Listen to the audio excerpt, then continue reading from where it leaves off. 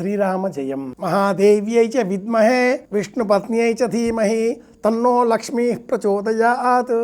లక్ష్మీ అనుగ్రహం కావాలి, దీపాన్ని వెలిగిస్తాం. అమ్మవారి సన్నిధానంలో కొబ్బరి నూనెతో దీపాన్ని వెలిగించినట్లయితే కోటాను కోట్ల ధనరాశులు మనకు స్వాధీనమవుతాయి అని కూడా సాధన ప్రపంచం తెలియజేస్తుంది. అమ్మను కమలముల చేత అర్చించి కమలే కమలాలయే ప్రసీద ప్రసీద అని జపం చేసిన, సర్వలోక వశంకరి సర్వరాజ వశంకరి ఇలాంటి మంత్రాలతో స్తోత్రం చేసిన రాజశ్యామల కావచ్చు, లలితాదేవి కావచ్చు, అమ్మవారు కాత్యాయని కావచ్చు, దశమహావిద్యలలో ఏ రూపమైనా కావచ్చు, సమస్త రూపాలకు ఆలవాలం లక్ష్మీ స్వరూపం. లక్ష్యార్థే లక్షణార్థే అలాంటి ఆ లక్ష్మీదేవిని అర్చించవలసిన వారం శుక్రవారం. అర్చించే విధానం దీపారాధన. అమ్మ సన్నిధానంలో మట్టి ప్రమిదలలో కొబ్బరి నూనె వేసి ఆ కొబ్బరి నూనెలో తెల్లని దీపాలను వెలిగించినట్లయితే, అంటే తెల్లని వత్తులను వెలిగించినట్లయితే ఆ దీపకాంతుల ద్వారా అమ్మ అపారమైన ఆనందంతో అద్భుతమైన సంపదలను మనకు అందిస్తుంది. ఇది ప్రమాణం. దీపాన్ని చూస్తే మనకు ఆనందం కలుగుతుంది. దీపాన్ని చూస్తే మనలో విచారం తొలగిపోతుంది. దీపాన్ని చూస్తే మనలో దుఃఖం నశిస్తుంది. దీపాన్ని చూస్తే తెలియని ధైర్యం కలుగుతుంది. చీకటిలో వెళ్ళాలి, దీపాన్ని తోడుగా తెచ్చుకుంటాం. ఆ దీపం మనోబలం అయితే ప్రత్యక్షం దీపం కర్లేదు. చీకటిలో కూడా నిర్భయంగా మనకు వెళ్ళగల శక్తిని అమ్మ అనుగ్రహిస్తుంది. ఆ దీపమే మనసుకు సంబంధించిన జ్ఞాన దీపం.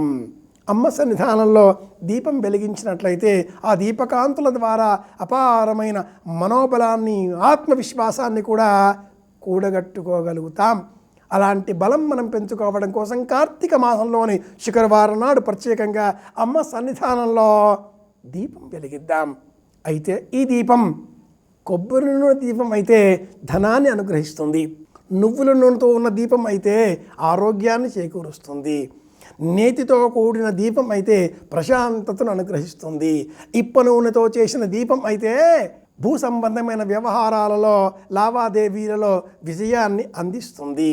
దీర్ఘకాల వ్యాధుల బారిన పడిన వారంతా ఆ వ్యాధుల బారి నుంచి ఉపశమనం పొందాలి అంటే పల్లి నూనెతో దీపాన్ని వెలిగించాలి.